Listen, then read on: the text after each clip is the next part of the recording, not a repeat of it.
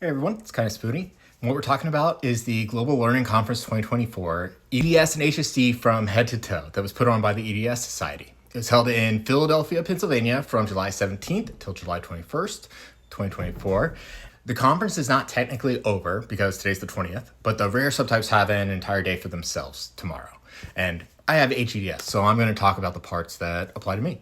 On the 17th, unfortunately, I was not able to log in. I'm kind of bummed about that, but I also had appointments going on. And I missed a few updates on research that I wanted to see, but I'll be able to see them in a few weeks whenever they release the replays.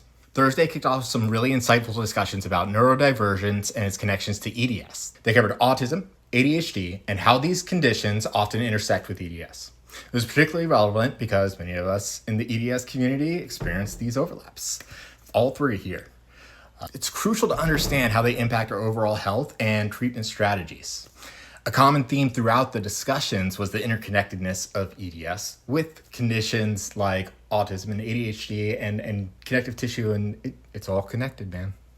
It really enforced my belief in the importance of a holistic approach to treatment, recognizing that these conditions often come together and need to be managed in an integrated way.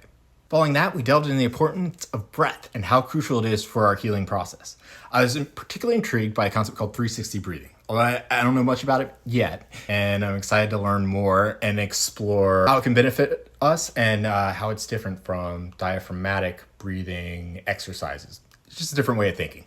Friday focused on fascial movement, starting with my favorite topic, hands, wrists, elbows, and shoulders. Dr. Ericson was one of the speakers, and he even included me in his presentation, which was such a pleasant surprise. So thank you, Dr. Ericson. It was really cool to see my experiences being shared and recognized. Following the morning sessions, we had some excellent conversations around the pelvis.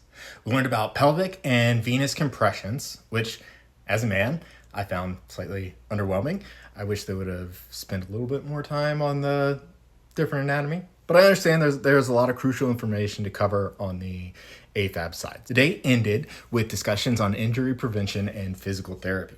These sessions were incredibly insightful and offered practical advice on maintaining our connective tissue health. I'm really looking forward to going back and watching Robin Fogg's presentation again. Friday night was the gala. I wish I could have been there in person, but it was amazing to see all the awards and celebrations. I don't want to steal the Hacking Hypermobility podcast thunder, so I'm not going to talk anything more about the award ceremony, but it was a really special night, and congratulations again to all of the awardees for their achievements and efforts. Today is Saturday, and we wrapped up with an excellent conversation about fascia. The overarching takeaways highlight some pretty radical shifts in treatment strategies compared to even 10 years ago, back when I was still doing physical therapy in the Marines. Think less scrapers and rollers and trigger points and more about games and gentle massage and rehabilitating fascial tone. I'll be sharing more about these new approaches soon. Before I sign off, I wanted to share a few closing thoughts. Unfortunately, the conference videos won't be available for about a month, and it's a little bit touchy about sharing the EDS Society's property. They use this for fundraising.